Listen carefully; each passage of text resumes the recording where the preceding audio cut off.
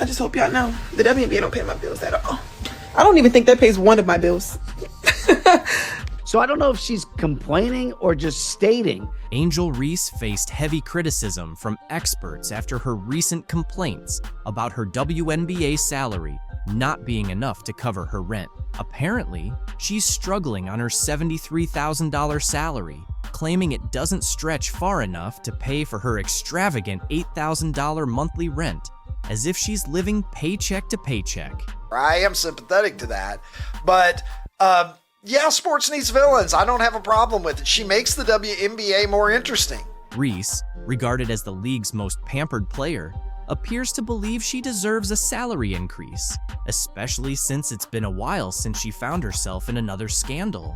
And now, it looks like we're back to the same situation again. Number one complaint this offseason in the WNBA would be the incessant whining about their minimum wage salaries. I mean, who could have possibly... What exactly are you asking for more money for, Angel? You played less than 10 games this season, while Caitlyn Clark put in the effort through 38. You're attracting a crowd of 7,000 fans per game. I am sympathetic to that, but yeah, sports needs villains. I don't have a problem with it. She makes the WNBA more interesting. And somehow, you expect to earn paychecks on the level of LeBron James? Let's be honest, it seems like you're more focused on your image than the game itself. Angel Reese, who calls herself the face of the WNBA, is acting as if life is incredibly unfair to her. She's making a WNBA salary of $73,439, but still has the audacity to complain that it doesn't cover her $8,000 monthly rent. Now these complaints are coming from the star. That's right. She's living in a place that costs $96,000 a year, and then wonders why her finances don't make sense. I mean, how out of touch can you be? It's almost like she's forgotten basic math. Spending $8,000 a month isn't just rent, it's a lifestyle choice. The average person in Chicago, where rent is around $2,000, would be laughing in disbelief at these complaints. Most people can't afford to spend their entire paycheck on a luxury apartment and then complain about it. Yet here, we have Angel Reese playing the victim while the rest of the WNBA is out there hustling just to get by. The audacity is off the charts. Hand pays them bills, baby. I just hope y'all know the WNBA don't pay my bills at all. I don't even think that pays one of my bills.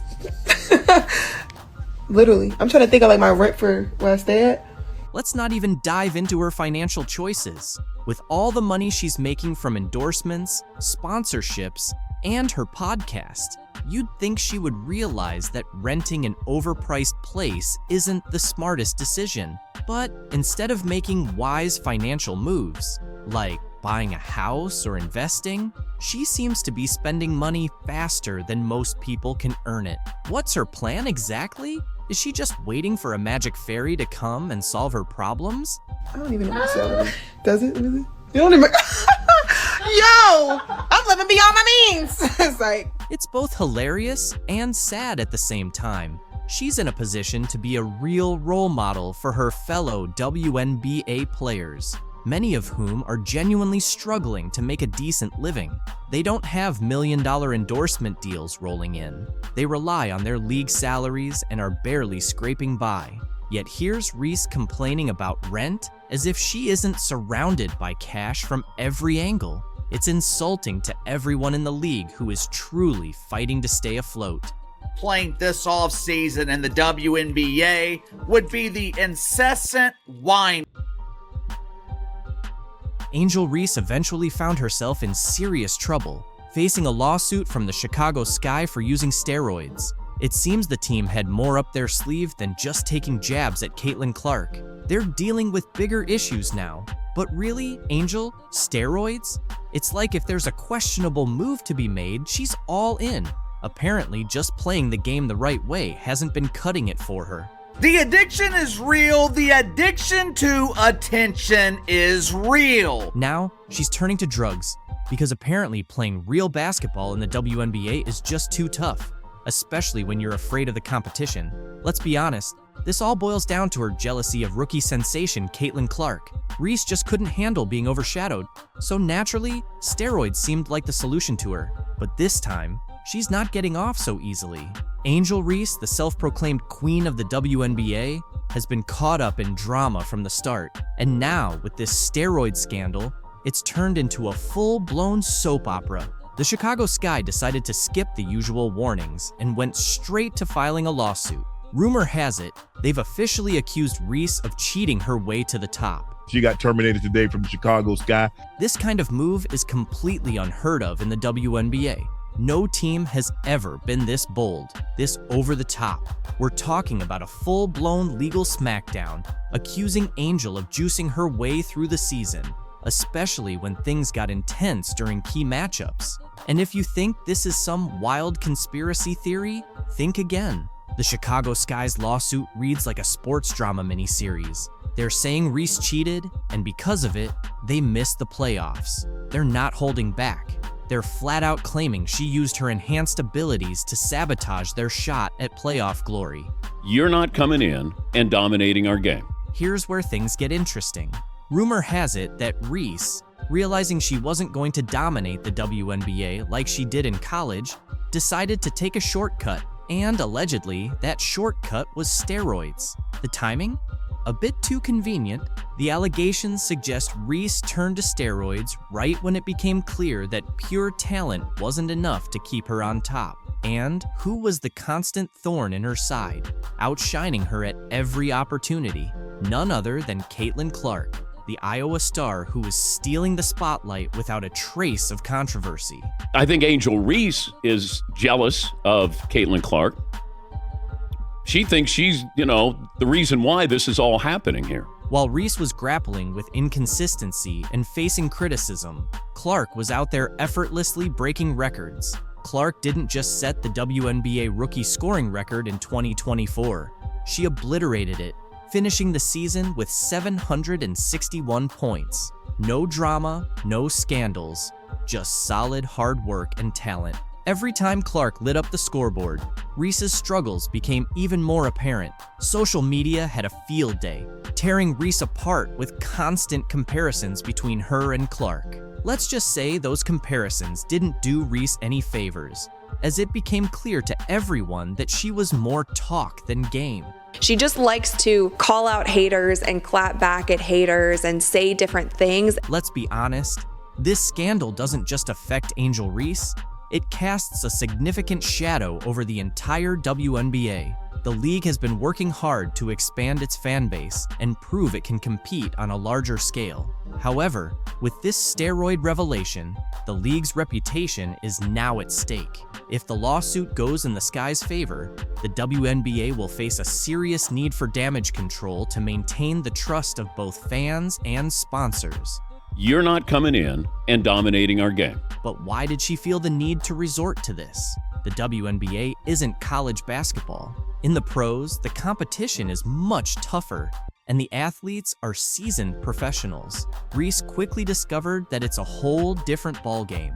While her rookie season wasn't bad by typical standards, she wasn't aiming for average. There were moments when she looked like the unstoppable powerhouse everyone expected her to be, but then she would follow those performances with disappointing outings. In her first 10 games of the 2024 season, she scored under 10 points 5 times. That's not the kind of stat line that silences critics. When expectations are sky high and you don't meet them, people start talking, and not in a good way. And that's when the steroid rumors began to surface. But there's nothing about her game that's really interesting that is going. We also have talked, even on this channel, about Angel's very dramatic response to that. Angel Reese started with, "I'm heartbroken. I'm literally lost for words, knowing what this woman meant to me in such a pivotal point in my life. She was the only person," which is interesting since she's been coached before. It's pretty wild that even after facing a lawsuit over steroid allegations, Angel Reese still has the audacity to keep making headlines with her outrageous comments. And this time, she's taking shots at none other than her coach, Teresa Weatherspoon. If betrayal had a face, it would definitely look like Teresa's right now. And unfortunately, it seems like, according to some new reports, that relationship cost her her job. Chicago Sky officials are saying Teresa was suspended because the team's performance wasn't up to par. But wait a second, Angel is out here dropping some serious tea, claiming that's not the full story. Point being, she disrespected the official. That was the official response to this. So why is Angel doing this? Are her claims actually legit? Or is this just another dramatic turn in the ongoing Angel Reese saga? Let's break it down from the beginning because things are getting messy. Ever since then, the internet has been blowing up, and it's all because of Angel Reese. Now you have a rivalry here. Angel Reese wants to be Draymond Green, but there's nothing about her game that's really interesting that is going to translate to people who may not watch the WNBA, may not care about basketball. Once hyped as the next big star in the WNBA, Angel is now caught in the middle of a scandal so wild, it's shaking up the entire league. After months of rumors, the truth finally came to light. Reese allegedly turned to performance-enhancing drugs in a desperate attempt to stay relevant. When you can't keep up with the talent in the league, what do? Yeah, apparently, you turn to steroids to close that gap. Angel Reese is the villain, Caitlyn Clark is the hero, and Angel Reese continued to play into it last night by getting ejected, and it's almost like it's all scripted. This is perfect for the WNBA. She's all the talk. She's the one standing up there in front of reporters saying, I need all of you guys to realize there's two of us that changed the game of women's basketball, and it's not just Caitlyn Clark. I was a part of that 2 years ago in the national championship game, and it's going to continue to be that way from here on out. I kind of love it. I don't agree with her. It's way more Caitlyn Clark than it is Angel Reese.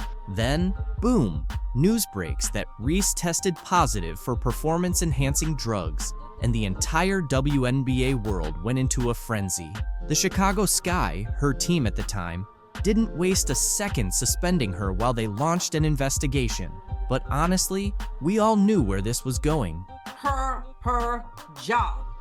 And I don't doubt it, because anybody who's watching could see that what was going on with Chicago and with Angel Reese and the double-double streak and all that stuff wasn't good for Angel, wasn't good for the rest of the team, wasn't good for the whole organization. The moment those test results came back, Reese's career nosedived faster than her fourth quarter shooting percentage. Her public image was already hanging by a thread, but this, it completely shattered it. The Sky cut her loose, and fans, the league, everyone were left stunned, picking their jaws up off the floor. WNBA has been around a couple of decades, and people didn't notice the game. They're noticing it now. Well, that's because of Caitlyn Clark, not Angel Reese. The drugs Reese allegedly used weren't your everyday vitamins. Nope, she supposedly went for EPO, or erythropoietin, a powerful performance enhancer that boosts stamina and endurance by increasing red blood cell production. It's the kind of stuff cyclists and marathon runners use to push their bodies to superhuman levels. On top of that, she reportedly dabbled in anabolic steroids, which help build muscle faster than you can say bad decision. Both of these substances are strictly banned under WADA regulations, and the WNBA, they don't mess around with this kind of thing. Athletes caught using these banned substances usually face a harsh reality: suspensions, public humiliation, and a huge question mark hanging over the rest of their career. The addiction is real. The addiction. Now you have a rivalry here. Angel Reese wants to be Draymond Green, but there's nothing about her game that's really interesting that is going to translate to people who may not watch the WNBA, may not care about basketball. ESPN has finally laid out what's next for Angel Reese after her first season in the WNBA.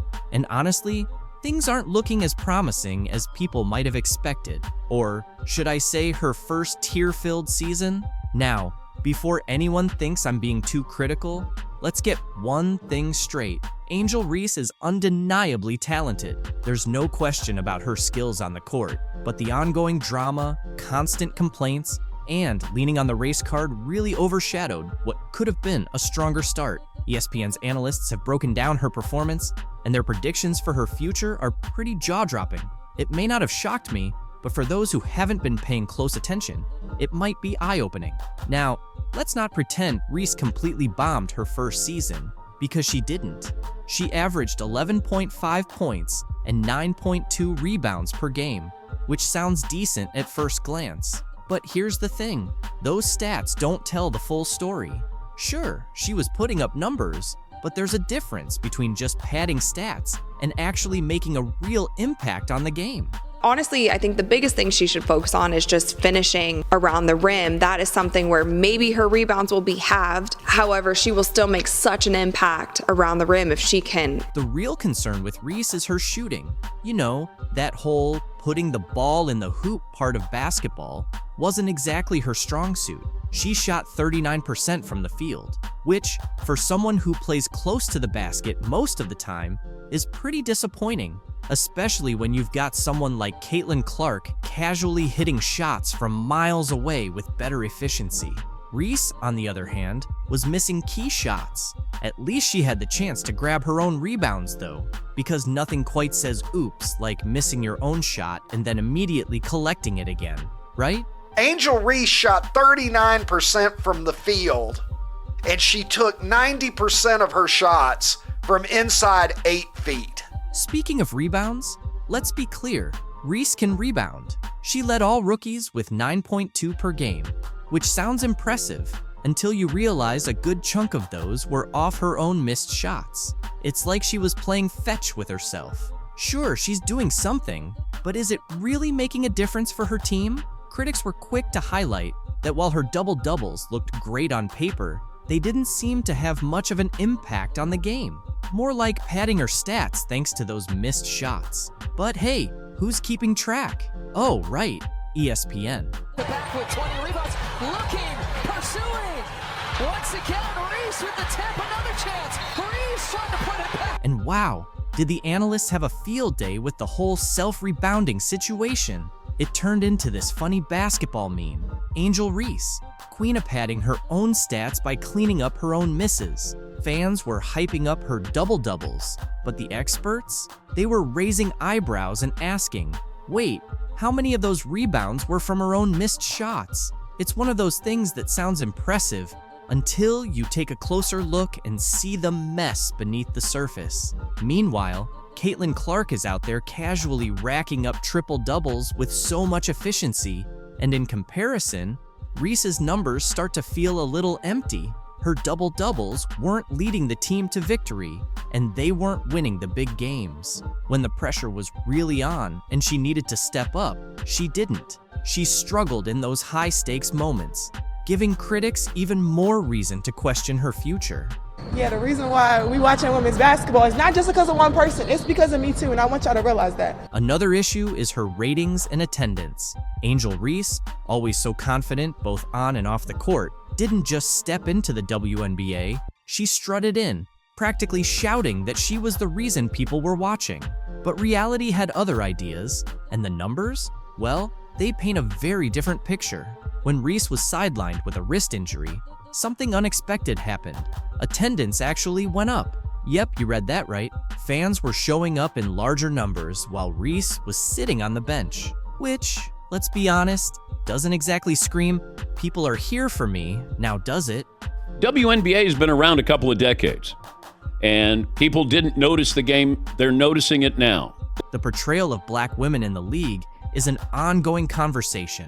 Many, including Aja Wilson, Angel Reese, Cheryl Swoops, and others, seem to view Caitlyn Clark as a major issue in the WNBA, at least according to the league discussions. But is this truly the case? Or could it be more about rivalry and resentment? Some recent developments might make us rethink the situation. Last week, Aja Wilson brought up the topic of white privilege while speaking with Kelsey Plum. Now, Wilson and Angel Reese are both featured on the cover of the Wall Street Journal's magazine. Yet surprisingly, there's no mention of Caitlyn Clark. In 2024, with all that's happening, Isn't it worth exploring this from Caitlyn Clark's perspective too? Imagine this. Even if you're the first rookie since 2008 to make the WNBA's first team, break over 50 records in one season, and win Rookie of the Year, you're still not acknowledged in one of the league's largest media spreads to date. This seems puzzling, especially if Clark's success is arguably central to the article's theme. The situation is further complicated by online tensions. Caitlyn Clark is often cast in a negative light, made to seem difficult and unlikable, even while dealing with online harassment from an account managed by Aja Wilson's friend. And yet, both Wilson and Reese continue to fuel controversy, even accusing each other of unfair treatment and, at times, directing this frustration toward Caitlyn Clark. This leaves us wondering, is this really the behavior we expect from an MVP or Rookie of the Year? This situation honestly feels like a case of bullying. It's the peak of first world issues, showing a lack of responsibility and, frankly, Angel Reese's lack of consideration. Watching this unfold is mind-boggling.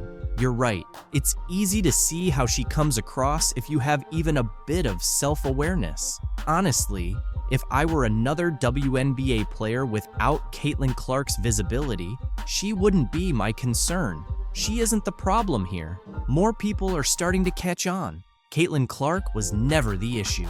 Her critics were the ones using her name for attention whenever things didn't go their way.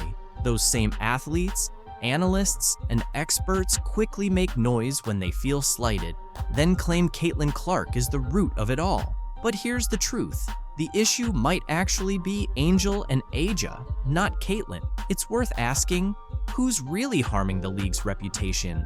Angel Reese or Caitlyn Clark? Because, once again, it's Reese's unlikability that seems to be hurting the league's image. Caitlyn, on the other hand, is generally well-liked and doesn't flaunt privilege or entitlement as if she's something special. People from all backgrounds are beginning to notice this. You made a great point. Caitlyn Clark is helping drive the league's success and bring in money, while Angel Reese's behavior might be doing the opposite. The WNBA doesn't seem to be catching on, but the fans certainly are. Yet, we're still being told to embrace both Angel and Aja as league icons. But do they even realize who they're trying to promote? I get it. Aja Wilson is undoubtedly one of the greatest players, a true icon who will likely be in the Hall of Fame. Her stats alone speak to her greatness, and that's worthy of respect. But as I look deeper into this and see more of her behavior, I can't ignore a hard truth. She's becoming more and more unlikable. That Angel Reese reveals the real reason behind Caitlyn Clark's move to Europe. Angel Reese shuts down rumors, says Caitlyn Clark's exit is a financial move. Angel Reese couldn't resist weighing in on Caitlyn Clark's new European contract. Instead of letting it slide, she stepped in to set the record straight. What the is that headline all about? Yeah. She is the worst basketball player. In the WNBA, this is pretty unprecedented. Someone so set on stirring the pot. Reese, still tangled up in her own steroid controversy, took a jab at Clark, suggesting players are just in it for the money and using racial issues to gain sympathy. People talk about Caitlyn getting hate, but someone sat down and spent hours putting together an 8-minute video with interlude clips all to trash Angel. Why? It's obvious Reese is targeting Clark here. The surprising part is that Caitlyn has never said anything negative about Reese or any other black player. But today, I can't help but feel that some people don't really deserve the silent treatment. Blah, blah, blah. From Angel Reese. It's pretty clear that Caitlyn Clark heading to Europe isn't just about exploring a new scene or picking up a different paycheck. It's more about escaping the toxic circus the WNBA has turned into.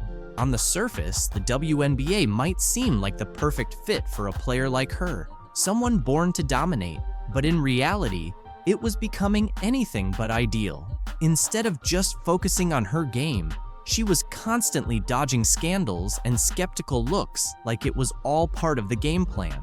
Entitled players in the WNBA just can't seem to understand is, you get what you put in, and right now, you are getting exactly what you deserve. And why? Because she chose to stay quiet while others tried to paint her as some kind of villain. Some of her own fellow athletes, along with a few media voices, went as far as to label her a racist. Honestly, where do they come up with this stuff? But Clark, always level-headed, didn't take the bait. She didn't waste her time responding to these absurd accusations. She just stayed focused on what really matters: basketball. Yet the drama surrounding her only kept growing, like a bad reality show storyline. So I think it's really just the fans, her fans, the Iowa fans, now the Indiana fans. Then Alyssa Thomas, clearly not interested in keeping the peace, decided to stir things up even more. She publicly blamed Clark for racist comments made by her fans. Yes, you read that correctly. Thomas somehow figured that Clark should be responsible for the words of random people in the stands. I think in my 11-year career, I've never experienced the racial comments from the Indiana Fever fan base. Ridiculous, right? This wasn't even about anything Clark did or said. Nope, Thomas seemed more interested in redirecting attention away from her own struggles. She bundled up her frustrations, jealousy, and whatever else was going on inside, wrapped it in an accusation, and tossed it right at Clark. And then she had a press conference where she cried and everybody's so mean to me. Well, she's continued the stupidity. I mean, she cheered on her teammate as she shoved Caitlyn Clark, knocked Caitlyn Clark in the head, and a bunch of other stupid stuff.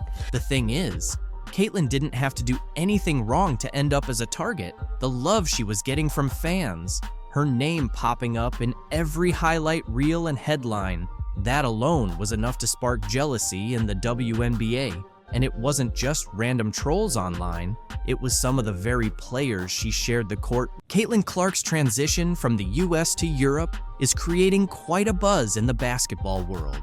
Her choice to sign a lifetime contract with a European club has fans curious about what motivated such a bold decision, especially after her impressive rookie season. From deep three-pointers to record-breaking assists, Caitlyn quickly emerged as a star in the WNBA. However, her journey in the league wasn't as smooth as it seemed. In interviews, Clark opened up about the challenges she faced both on and off the court. One of the toughest parts of her life as a professional athlete was the pressure to always be on. She mentioned that there are days when she simply doesn't want to engage with anyone. When someone comes up to you, that's their 10-second interaction with you. So you smile and try to be kind, but sometimes you just want to be normal, she shared. Caitlyn's rookie season was physically demanding. She faced aggressive defense and often felt like she was targeted by opponents pushing the limits of fair play. Hard fouls and elbows became all too common, yet she kept her composure, accumulating assists and points while setting records despite the relentless pressure. Additionally, as a young white player in a predominantly black league, Clark encountered subtle but uncomfortable moments from both fans and fellow players. These factors weighed heavily on her and played a role in her decision to seek new opportunities overseas. In Europe, she saw not only a fresh start, but also a chance for personal and professional growth. Playing in a different league would provide new challenges without the constant scrutiny she experienced in the US media. While some critics argue that Clark's move might be premature, others view it as a calculated decision to prioritize her passion for the game without the distractions she faced at home. As Caitlyn embarks on this new chapter, she leaves behind a complex legacy in the WNBA. Her talent and determination are undeniable. What are your thoughts on this? Caitlyn Clark presented in Europe after record-breaking WNBA season. From the sounds of this interview, it seems like she's probably going to make more money overseas in EuroLeague than she did during this WNBA season. The commissioner told her that she could make $700,000 playing in the WNBA. The EuroLeague just made it official. Caitlyn Clark is heading overseas, and now the WNBA is buzzing over the contract details. It's clear that while Clark is about to make waves in Europe, Kathy Engelbert and the WNBA execs are probably sweating it out. Without Clark, they're likely heading back to that familiar spot of irrelevance they were stuck in before she came along and gave people a reason to tune in. Let's be honest, most are only watching because of Caitlyn Clark, and once she's gone, it's hard to see anyone sticking around for those average teams. Now, I feel like there could be a team overseas who would love to snatch Caitlyn Clark away from us and give her a crazy offer. I mean, Ice Cube was about to give her $5 million to play in less than 10 games in the Big Three. So the money is there, and if these owners are smart with it, I could definitely see more WNBA players going overseas. The WNBA pretty much shot themselves in the foot with a series of bad decisions and some race-baiting drama that cost them their star player.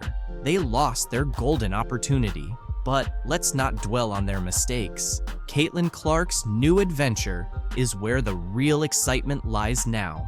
Going overseas and possibly not returning. I totally understand that some of you hardcore Caitlyn Clark fans in America might be feeling a little down about her moving to Europe. But let's face it, you want her to be happy, right? That's why you're staying quiet about it, deep down.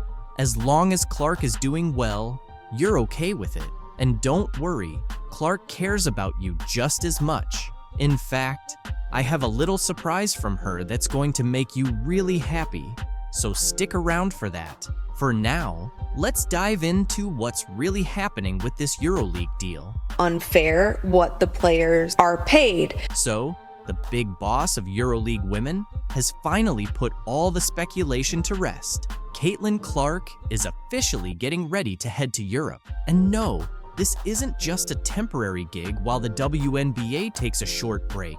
This is a major move. We're talking about EuroLeague Women, which is technically the top competition for women's basketball in Europe. Yet somehow, it still doesn't get the recognition it deserves. It's like this hidden gem in the basketball world, and people are still overlooking it. If you look at his rookie salary, which was around $55 million for 4 years, and then you look at Caitlyn Clark's $300 and I think it was $38,000 salary that she signed for 4 years, that is about the same amount more. It's around 162 times more that Victor made. For those who may not be aware, EuroLeague Women is managed by FIBA Europe, and believe me, it's where some of the most intense basketball takes place. This isn't just a casual summer league. The EuroLeague runs from October to April.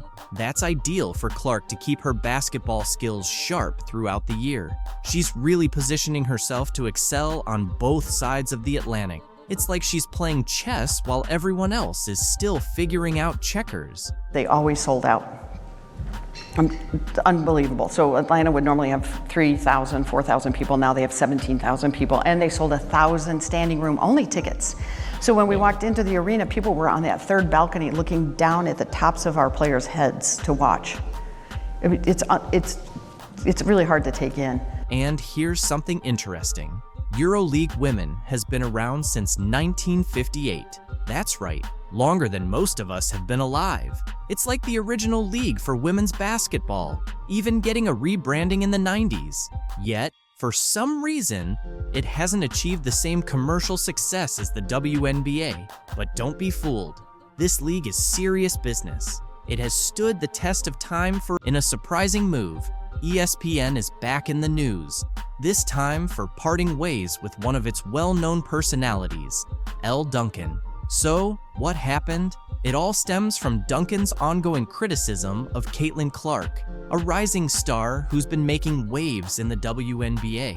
Instead of celebrating Clark's impressive achievements, Duncan took a different route, one that ultimately cost her her job at ESPN. Breanna Stewart's never going to win another championship, or, Nafisa Collier's better than Maya Moore. Like, instead of those kinds of hot takes, the hot takes solely and explicitly surround all of these black women versus Caitlyn Clark. Amani Jones and Duncan have teamed up. They're coming at the 22-year-old white straight girl, Caitlyn Clark. Because, see, here's the deal. Because Caitlyn Clark can throw a ball into a basket deeper and better than anybody in the history of women's basketball, because Caitlyn Clark plays with a flair. Before getting into the specifics, let's first break down how Duncan's actions ultimately led to her being let go from ESPN. It's no surprise that she faced backlash. Throwing out accusations without solid proof never sits well with the audience. Viewers quickly picked up on the bias, and it was only a matter of time before ESPN had to sever ties. Today, we're diving deep into the controversy, exploring why ESPN made such a bold decision and how Duncan's criticisms of Caitlyn Clark shifted into what many are calling a full-blown witch hunt. But there's more to this story than what's on the surface. So let's dig into all the details. She has never been around these type of women. She's never been around, Black women or women from different parts of the country. Like, she's sort of existed in this bubble. Now, seriously, how arrogant is this? I mean, I hear all the time, don't judge me. Don't judge me by the color of the skin. Don't judge me. Really? Okay. Well, what are you doing? What are you doing? You're sitting there and judging me. You're judging a woman you have no idea. None. Zero zip. He points out the contradictions. While constructive criticism is one thing, Duncan's approach veered into personal attacks. It's a hard truth, but often that's the way it is. Duncan's comments hit a nerve, but not in the way she probably hoped. Instead of gaining support, she was met with immediate backlash. Fans, analysts, and even fellow commentators called out the lack of evidence behind her claims. Many questioned why she focused on Clark's so-called privilege instead of her undeniable skills on the court. Let's take a closer look at Dan Dakic's take on Duncan's actions and the jealousy he sensed among ESPN's commentators. Everybody that I know still know what ESPN tells me. Oh, it's so ridiculous, these women. It's so ridiculous. There's a green room right next to where the makeup is. It's loud, it's stupid, it's asinine, it's absurd. And that's Elle Duncan and her little cast of cronies. And all the little girls at ESPN, look, all they are is trying to make themselves, well, not better, more popular. And I don't care what they do. Elle Duncan has lived in that bubble forever. Elle Duncan is full of shit here. His comments hit a nerve, but they echoed what a lot of viewers were already thinking.